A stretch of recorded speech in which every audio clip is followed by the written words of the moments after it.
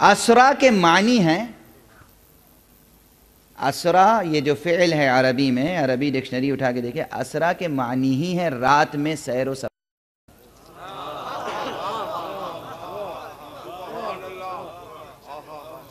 ورنہ لفظ سفر بھی عربی لفظ ہے۔ اسرا کے معنی ہی ہیں رات میں سفر کرنا، تو جب اس میں رات میں سفر کرنے کا مفہوم موجود ہے تو پھر لیلن دوبارہ کیوں کہا؟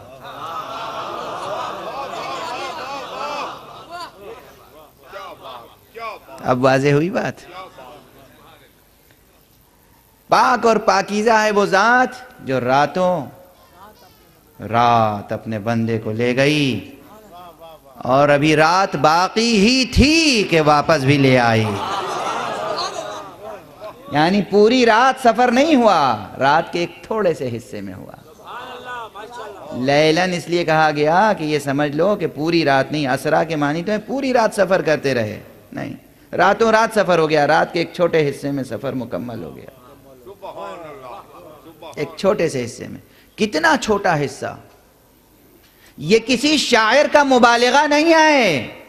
رسول اللہ صلی اللہ علیہ وآلہ وسلم کا بیان ہے، تفصیلی بیان کے بعد معراج کے تمام منازل بیان کیے، تمام مراحل بیان کیے، تمام مقامات بیان کیے، تمام واقعات بیان کیے، نماز با جماعت کا تذکرہ ہوا، انبیاء سے ملاقات کا تذکرہ ہوا، سدرۃ المنتہا تک جانے کا تذکرہ ہوا، وہاں جبرائیل کے ساتھ چھوڑنے کا تذکرہ ہوا، مقام قاب قوسین و ادنیٰ تک پہنچنے کی بات ہوئی، خلوت گہے لاہوتی میں